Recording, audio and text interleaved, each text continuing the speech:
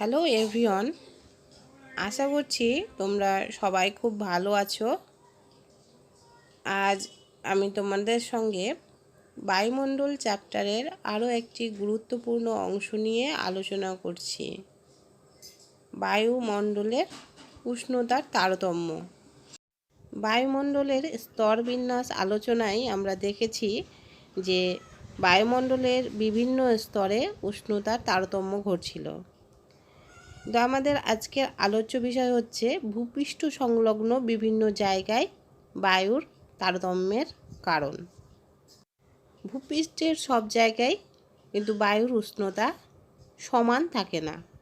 বিভিন্ন জায়গায় এর উষ্ণতার তারতম্য লক্ষ্য করা যায়।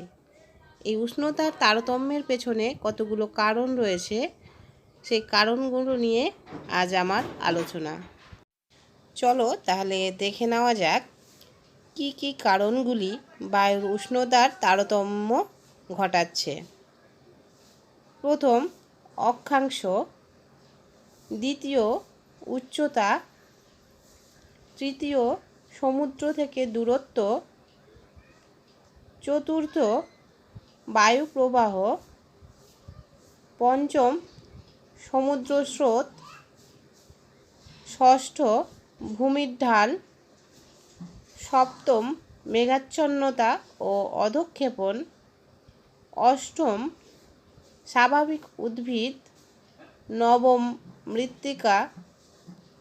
এবং দশম, নগরায়ন ও শিল্পায়ন। এবার দেখে নিই প্রত্যেকটা কারণ কিভাবে বায়ুর উষ্ণতার তারতম্য ঘটাচ্ছে বা বায়ুর উষ্ণতাকে প্রভাবিত করছে। প্রথম আলোচনার বিষয় হচ্ছে অক্ষাংশ। তাহলে আমরা দেখে নিই কীভাবে অক্ষাংশ বায়ুর উষ্ণতাকে প্রভাবিত করছে। ভূপৃষ্ঠের সব জায়গায় সূর্যরশ্মির পতন কোণ সমান থাকছে না। অক্ষাংশ ভেদে সূর্যরশ্মির পতন কোণের পার্থক্য লক্ষ্য করা যাচ্ছে। অর্থাৎ নিম্ন অক্ষাংশ বা নিরক্ষীয় অঞ্চলে সূর্যরশ্মি প্রায় সারা বছর ধরে লম্বভাবে পড়ে। এর ফলে সূর্যরশ্মি কম স্থানে ছড়িয়ে পড়ে এবং অল্প বায়ুস্তর ভেদ করে ভূপৃষ্ঠে এসে পড়ে। ফলে তাপ উৎপাদন ক্ষমতা অনেক বেশি থাকে। তাই নিরক্ষীয় অঞ্চলের উষ্ণতা বেশি হয়। আবার অক্ষাংশ যতই বাড়তে থাকে সূর্যরশ্মি ততই তির্যকভাবে পড়ে। তির্যক রশ্মির তাপ উৎপাদন ক্ষমতা অনেক কম, কারণ তির্যক রশ্মি অধিক স্থানে ছড়িয়ে পড়ে এবং অধিক বায়ুস্তর ভেদ করে ভূপৃষ্ঠে পড়ে। এর ফলে মেরু অঞ্চলের দিকে আস্তে আস্তে উষ্ণতা কমতে থাকে। নিরক্ষরেখা বা 0 ডিগ্রি থেকে যত মেরুর দিকে যাওয়া যায় ততই প্রতি 1 ডিগ্রি অক্ষাংশ বাড়লে উষ্ণতা প্রায় 0.28 ডিগ্রি সেন্টিগ্রেড হারে কমতে থাকে। নিরক্ষীয় অঞ্চলে অর্থাৎ 0 ডিগ্রি অক্ষাংশে তাপমাত্রা থাকে 27 ডিগ্রি সেলসিয়াস। উভয় গোলার্ধে 23.5 ডিগ্রি অক্ষাংশে তাপমাত্রা থাকে 18 ডিগ্রি সেলসিয়াস। 66.5 ডিগ্রি অক্ষাংশে তাপমাত্রা থাকে 12 ডিগ্রি সেলসিয়াস এবং মেরু অঞ্চলে অর্থাৎ 90 ডিগ্রিতে থাকে সারা বছর ধরে হিমাঙ্কের নিচে বা 0 ডিগ্রির নিচে তাপমাত্রা। চলো এবার দেখে নিই উচ্চতা কিভাবে উষ্ণতাকে প্রভাবিত করছে। সাধারণত উচ্চতা বৃদ্ধির সাথে সাথে উষ্ণতা একটা নির্দিষ্ট মাত্রায় কমতে থাকে। ভূপৃষ্ঠ থেকে উচ্চতা যত বৃদ্ধি পাবে উষ্ণতা ততই কমতে থাকে। প্রতি 1000 মিটার বা 1 কিমি উচ্চতা বৃদ্ধিতে তাপমাত্রা প্রায় 6.4 ডিগ্রি সেলসিয়াস হারে কমতে থাকে। এভাবে উষ্ণতা হ্রাসের হারকে পরিবেশীয় উষ্ণতা হ্রাসের হার বা ELR, যার ফুল ফর্ম হচ্ছে এনভায়রনমেন্টাল টেম্পারেচার ল্যাপস রেট, বা উষ্ণতা স্বাভাবিক হ্রাস হার বলে।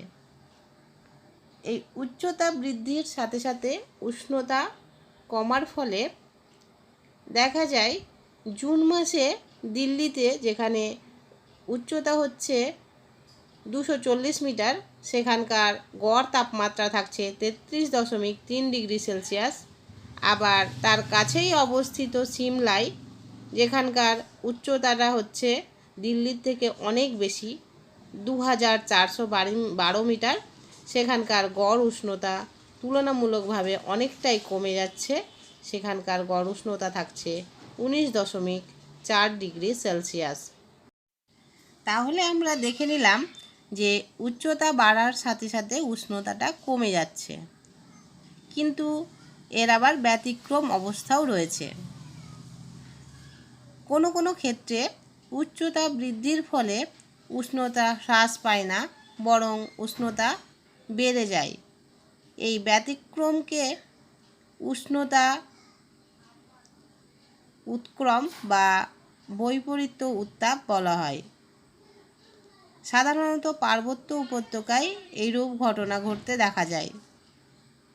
তাহলে আমাদের মাথায় একটা প্রশ্ন আসতে পারে যে পার্বত্য অঞ্চলে এইরূপ কেন ঘটে।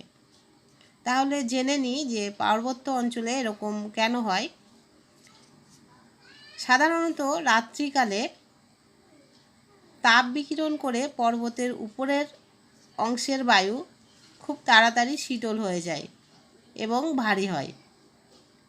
তখন এই বায়ু পর্বতের গা বরাবর বা পর্বতের ঢাল বেয়ে নিচের দিকে নেমে আসে এবং উপত্যকার তলদেশে অবস্থান করে। আর উপত্যকায় অবস্থিত উষ্ণ বায়ু হালকা হয়, ফলে এই হালকা বায়ু উপরের দিকে উঠে যায়। এর ফলে দেখা যায় যে উপত্যকার তলদেশে শীতল বায়ু এবং উপরের দিকটায় উষ্ণ বায়ুর অবস্থান। পর্বতের গা বেয়ে যে শীতল বায়ু নিচের দিকে নেমে আসে তাকে ক্যাটাবেটিক বায়ু বলা হয়। আর উপত্যকা অঞ্চলের যে হালকা উষ্ণ বায়ু থাকে উপরের দিকে উঠে যায়, সেই বায়ুকে অ্যানাবেটিক বায়ু বলা হয়। তাহলে এবার দেখে নেওয়া যাক সমুদ্র থেকে দূরত্ব বায়ুর উষ্ণতাকে কিভাবে প্রভাবিত করছে। স্থলভাগ এবং জলভাগের ভৌত বৈশিষ্ট্যের পার্থক্য রয়েছে। স্থলভাগের আপেক্ষিক তাপ অনেক কম, যার ফলে দ্রুত তাপ গ্রহণ করে এবং একই রকমভাবে দ্রুত তাপ বর্জন করে। অন্যদিকে জলভাগের এই প্রক্রিয়াটা খুব ধীর গতিতে হয়। এর ফলে মহাদেশের অভ্যন্তরে অবস্থিত জায়গাগুলোতে মহাদেশীয় চরমভাবাপন্ন জলবায়ু দেখতে পাওয়া যায়, আর উপকূলীয় অঞ্চলগুলোতে মহাসাগরীয় সমভাবাপন্ন জলবায়ু লক্ষ্য করা যায়। এবার দেখে নেওয়া যাক বায়ুপ্রবাহ কিভাবে কোনো অঞ্চলের উষ্ণতাকে প্রভাবিত করে। কোনো শীতল অঞ্চলের পাশ দিয়ে বা উপর দিয়ে উষ্ণ বায়ু প্রবাহিত হলে সেখানকার উষ্ণতা অনেকাংশে বেড়ে যায়। যেমন প্রেরি অঞ্চলে বসন্তকালে গড় উষ্ণতা থাকে 2 থেকে 5 ডিগ্রি সেলসিয়াস, কিন্তু সেখানে উষ্ণ চিনুক বায়ু প্রবাহিত হওয়ার ফলে সেখানকার গড় তাপমাত্রা বেড়ে গিয়ে দাঁড়ায় 15 ডিগ্রি সেলসিয়াস। আবার কোনো উষ্ণ অঞ্চলের উপর দিয়ে যদি শীতল বায়ু প্রবাহিত হয় তাহলে সেখানকার বায়ুর উষ্ণতা কমে যায়। যেমন শীতল পম্পেরো বায়ু আর্জেন্টিনার পম্পাস তৃণভূমির উপর দিয়ে প্রবাহিত হওয়ার সময় সেখানকার তাপমাত্রা কমিয়ে দেয়। এবার দেখে নেওয়া যাক সমুদ্র স্রোত কীভাবে বায়ুর উষ্ণতাকে প্রভাবিত করে। সমুদ্র স্রোতের প্রভাব অনেকটাই বায়ু প্রবাহের মতো। কোনো অঞ্চলের উপর দিয়ে যদি শীতল সমুদ্র স্রোত প্রবাহিত হয় তাহলে সেই অঞ্চলের তাপমাত্রা অনেকটাই কমিয়ে দেয়। যেমন শীতল ল্যাব্রাডার স্রোত কানাডার ল্যাব্রাডার উপকূলের পাশ দিয়ে প্রবাহিত হওয়ার ফলে সেখানকার বায়ু শীতল প্রকৃতির হয়। আবার যদি কোনো অঞ্চলের পাশ দিয়ে উষ্ণ সমুদ্র স্রোত বয়ে যায় তাহলে সেইখানকার তাপমাত্রা অনেক বেড়ে যায়। যেমন উষ্ণ উপসাগরীয় স্রোতের প্রভাবে কানাডার নিউফাউন্ডল্যান্ড অঞ্চলের উষ্ণতা কিছুটা বৃদ্ধি পায়। এবার দেখে নেওয়া যাক ভূমির ঢাল উষ্ণতাকে কিভাবে প্রভাবিত করে। ভূমির যে ঢালের উপর সূর্যরশ্মি বেশি পড়ে সেই ঢালের উষ্ণতা অপেক্ষাকৃতভাবে অনেক বেশি হয়, আর তার বিপরীত ঢালে সূর্যরশ্মি তীর্যকভাবে পড়ে, ফলে সেখানকার উষ্ণতা তুলনামূলকভাবে অনেক কম হয়।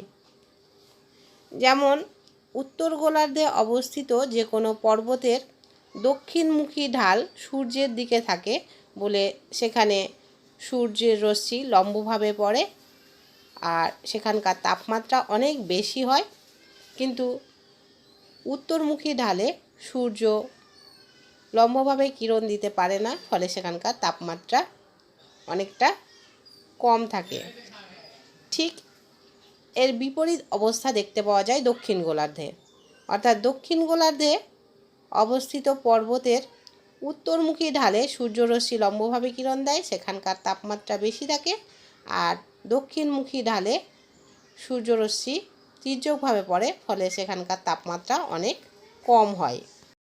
এর পরবর্তী দেখে নেওয়া যাক মেঘাচ্ছন্নতা এবং অধঃক্ষেপণের প্রভাব উষ্ণতার উপর। আকাশে বিশেষত রাত্রিবেলায় মেঘ থাকলে উষ্ণতা অনেক বেশি হয়, কেননা ভূপৃষ্ঠ থেকে বিকিরিত তাপ মহাকাশে বেরোতে পারে না। আবার আকাশ যদি মেঘমুক্ত থাকে তাহলে বায়ুর উষ্ণতা তুলনামূলকভাবে অনেক কম থাকে। আর অধঃক্ষেপণ হলে বা বিশেষত বৃষ্টিপাত হলে পারে বায়ুর উষ্ণতা অনেক কমে যায়, কারণ বৃষ্টির কণা বা জলকণা কিছুটা পরিমাণ তাপ শোষণ করে নেয়। এরপরে দেখে নেওয়া যাক স্বাভাবিক উদ্ভিদ কিভাবে তাপমাত্রাকে নিয়ন্ত্রণ করছে। বনভূমিযুক্ত যে কোনো অঞ্চলের উষ্ণতা অনেক কম হয়। এর কতগুলো কারণ রয়েছে, সেগুলি হলো: 1. গাছপালা সূর্যকিরণ শোষণ করে নেয়। 2 হচ্ছে সূর্যকিরণ সরাসরি ভূপৃষ্ঠে পড়তে পারে না।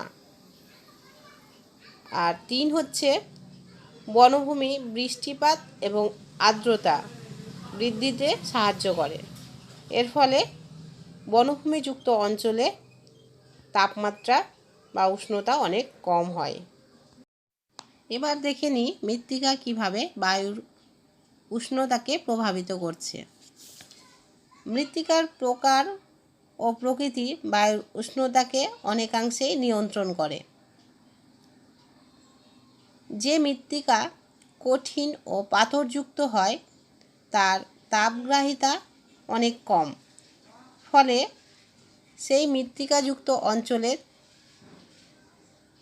তাড়াতাড়ি গরম এবং তাড়াতাড়ি শীতল হওয়ার প্রবণতা থাকে। যেমন বাঁকুড়া ও পুরুলিয়ার ল্যাটেরাইট মৃত্তিকাযুক্ত অঞ্চলে এরূপ ঘটনা দেখা যায়। এবার আমরা সর্বশেষ আলোচনায় চলে এসেছি যেটি হচ্ছে নগরায়ন ও শিল্পায়ন।